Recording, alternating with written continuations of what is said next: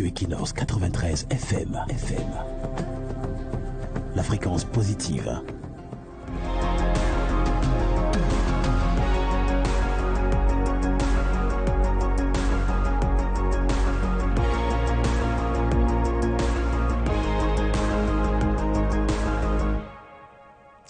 Good afternoon, faithful listeners and viewers of Equinoxe Radio Multimedia.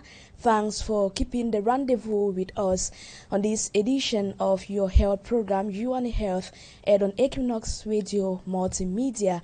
Behind the microphone, I am Etia Lucy Liengu.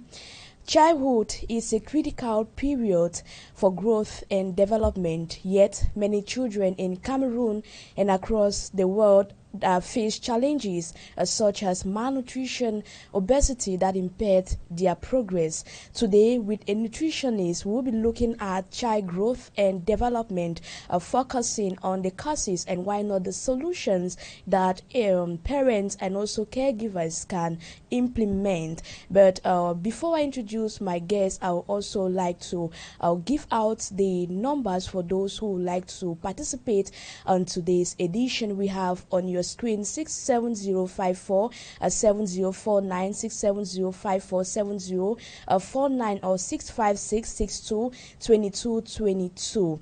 And with me here in the studio is a nutritionist, Dr. Syvedzem Godlove. Hope I'm reaching the name rightly. Good afternoon to you, Doctor.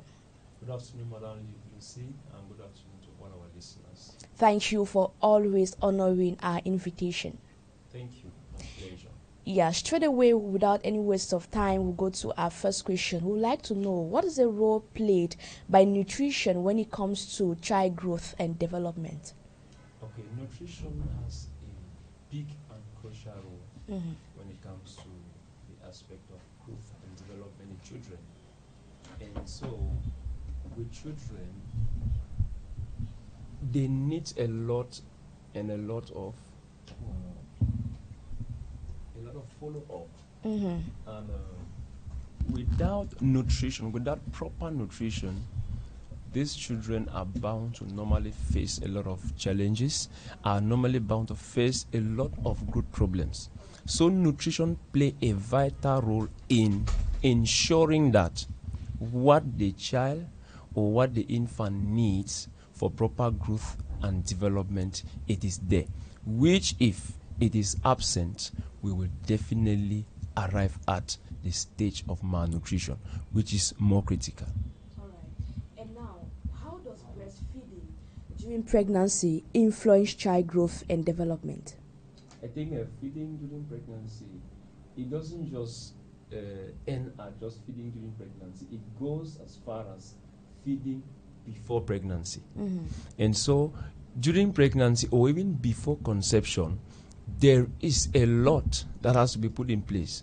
Many people think that feeding, or let me say feeding a child, starts only when you're pregnant. It starts when you are still about to get pregnant, which involves both partners, both the father and both the mother. They need to be healthy to be able to give out healthy offsprings. And so when pregnancy now begins, there is a big role in preventing what we call intrauterine growth restriction, which is part of it. So a mother during pregnancy that feeds optimally well and feeds correctly, we are at lesser chances to have in utero malnutrition or growth delay, which will help us to begin well when the child is delivered. But when there was a problem during pregnancy, we may have to do a lot to manipulate a lot when the child is giving birth to. Either we can have a child of low birth weight, we can have a child that is born prematurely, and many other things. All right. And if you just tune onto your radio or TV set, you are onto the program You and Health, and we are looking at child growth and development with a nutritionist. Next, our question is, what are some of the reasons why children fail to grow? There are many reasons why children fail growth. Number one, I want to talk about illness is just one of it. If a child is ill, the child can be prone to malnutrition. or that is maybe the illness was prolonged. But the first and foremost, I always want to talk about feeding. One of the reasons why many children have failed to grow or to attain their normal peak or their normal height of growth and development is because of poor feeding. And this poor feeding can also be segmented again. We have the role of the mother. There are some people with good nutritional choices, but how to go about it is a problem. And there are some children that the mothers actually try their effort, try their best, yet the children don't comply. But we also have the point of ignorance, like somebody having what it takes to do but does not know how to go about it. So as just part of the reasons, we have genetic issues. There are some genetic errors that can lead to poor development in children. But at the end of it all, we crown it like, let's say, 80%, giving that attribution to what? To poor feeding. And now there are parents out there or caregivers who are facing this challenge, having children who have failed to grow or who face difficulties in the growth process. And now, what are the appropriate feeding recommendations according to the World Health Organization? The feeding recommendations from birth, the WHO recommends breastfeeding exclusively.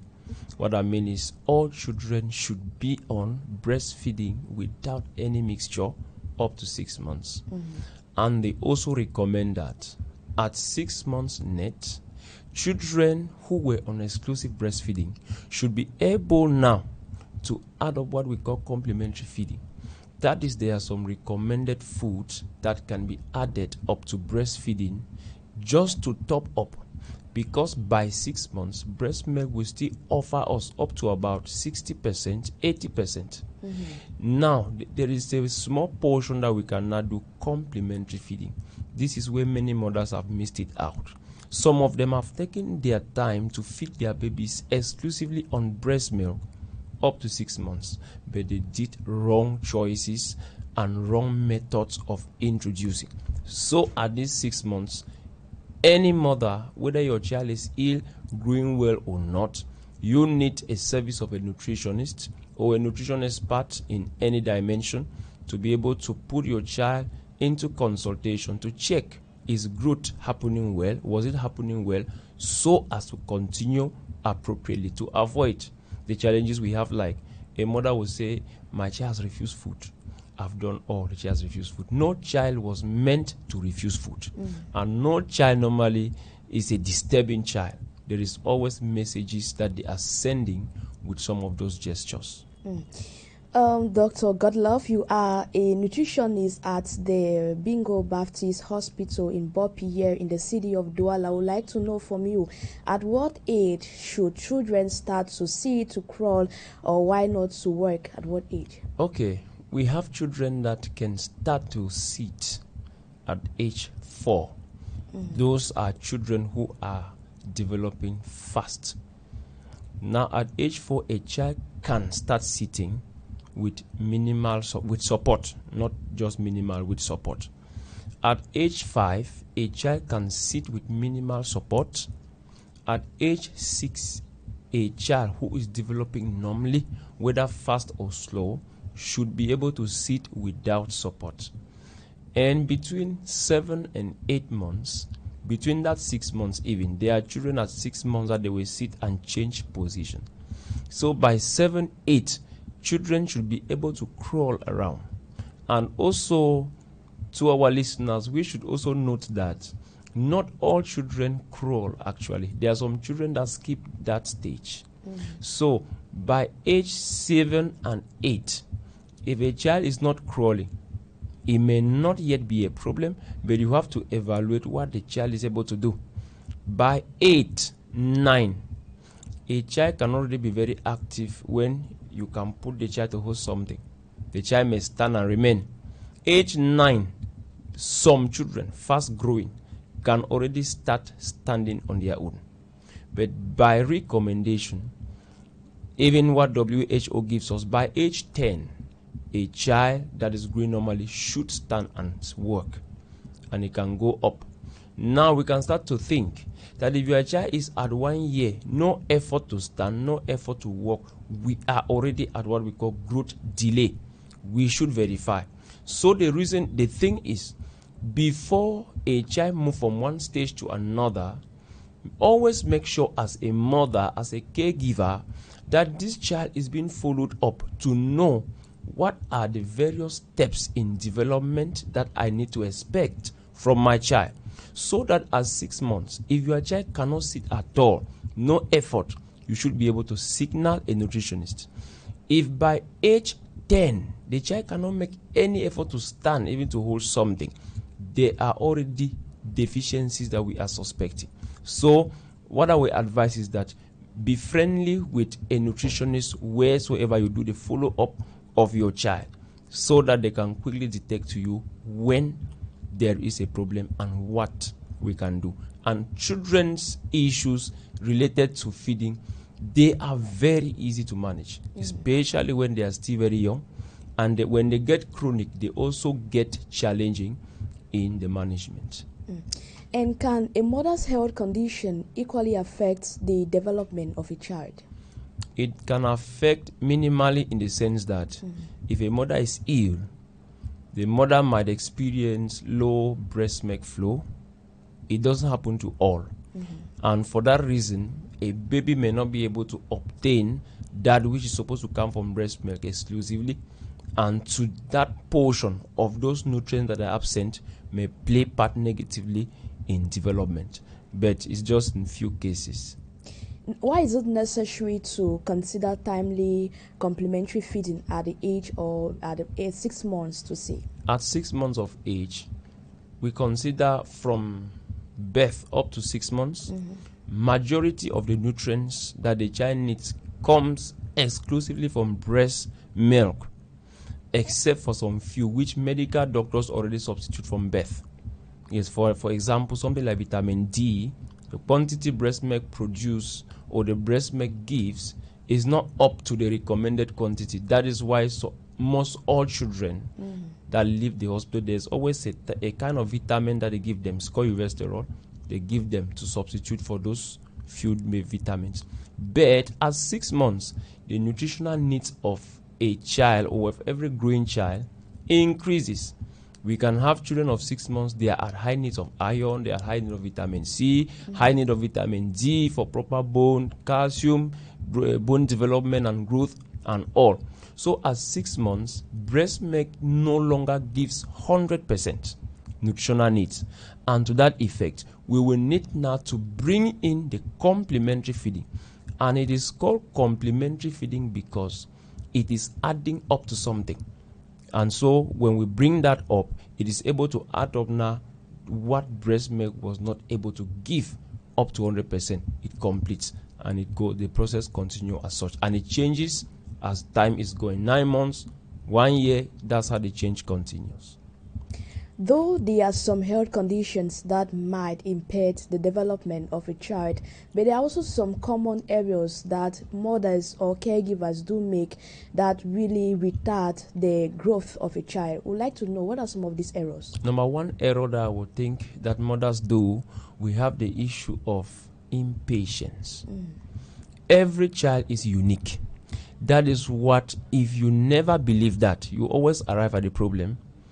There are mothers, we work with them, and they will tell us, my child cannot eat, my child has refused everything. We conduct an appetite test, and that child eats in front of us. We have had those cases. So impatience has contributed to one of the reasons that children fail to grow.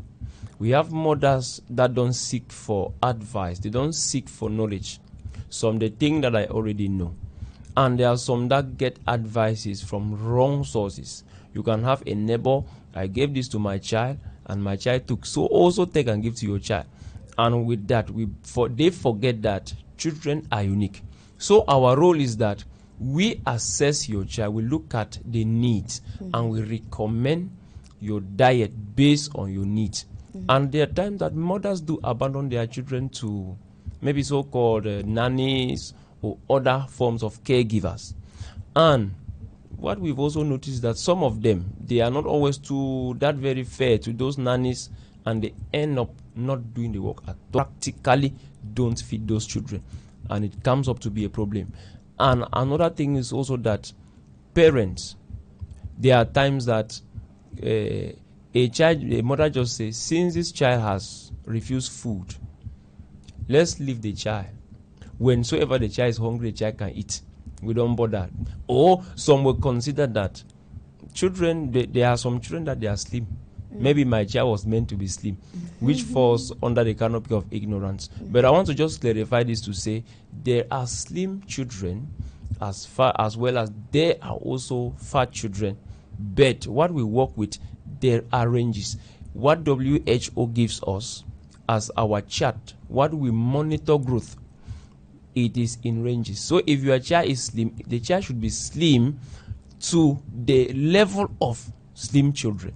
The child should not be scored below the normal score of that age. So let's not mix it to say that maybe if somebody is slim, there is a difference between slimness. Even me, I am slim, I am somehow slim, but it should not take me to a degree of malnutrition. That is the point.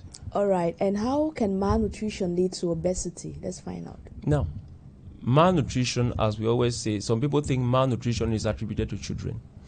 In a simple way, we can put it bad nutrition. Bad nutrition. That is feeding or diet that cannot meet up the recommended needs of what your body poses out. It can be beyond, it can be under. That's why now in malnutrition we segment it to have what we call undernutrition and we have overnutrition.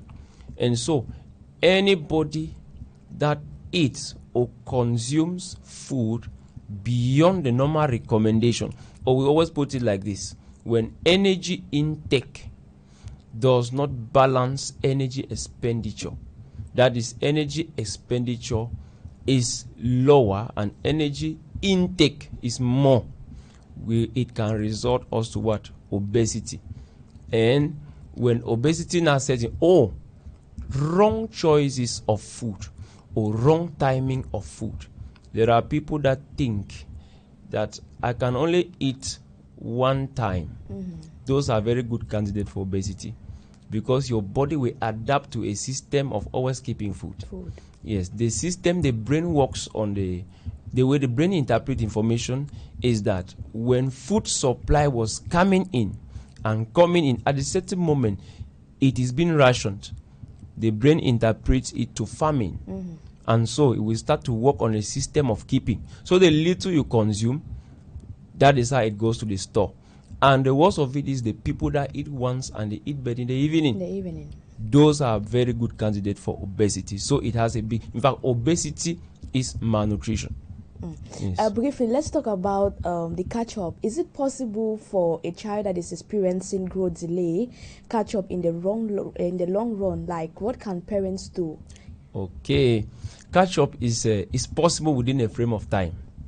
That is, our fight has been that all children 0 to 2 years, that is, they should be within their normal recommendation of growth and development, because between 1 to 2 or between conception up to 2 years is what we call a window period we call first 1,000 days of life. That is where development happens the highest. By age 2 and maximally to 3, development has been covered already up to about 80%. And so a child that has grown up with good delay and was not catch up to 2 years and 3 out of 3, we may not be very sure again. That is, let me use an example. You can have a child of 2 years. When you assess the child's IQ level, this child is not going to school yet or going to school, but if you want to assess what information this child can gather, you will realize that this child is smart. And this one is irreversible. So the children that had a lower IQ level because of malnutrition or because of growth failure, at a certain age, they will not also be able to catch up. It becomes also irreversible. That is why today there are adults that struggle with learning. It is not the fault of their present state or their present age. It is the fault of their infancy, which was the fault of their parents. So it is possible within 0 to about 2 years. It is very possible. All right. So any last word, any last advice for parents watching us out there, or caregivers? My advice to everyone watching us this hour is that with a child, never think that my child can be the same like another one, and always visit a nutritionist. Even if there is no problem, visit to verify whether there is a problem. Then from there, we can be able to guide you through. Don't keep distance from your nutritionist. Meet them on a regular basis. We will be able to prevent and even solve the problem that has resulted from growth delay. All right. Thank you very much, Doctor. You're welcome. Always a pleasure having you on our program. And ladies and gentlemen, we had Dr. Syvedzem Godlove. He is a medic at the Bingo Baptist Hospital here in Bopi, here in the city of Douala, precisely in Bopi. And for presentation, I have been a Sir Lucy Liengu. We received technical assistance from Jonathan Babiola and Louis Pego. We leave you in the company of interesting programs, and we'll meet again next week, Thursday, same time, same hour.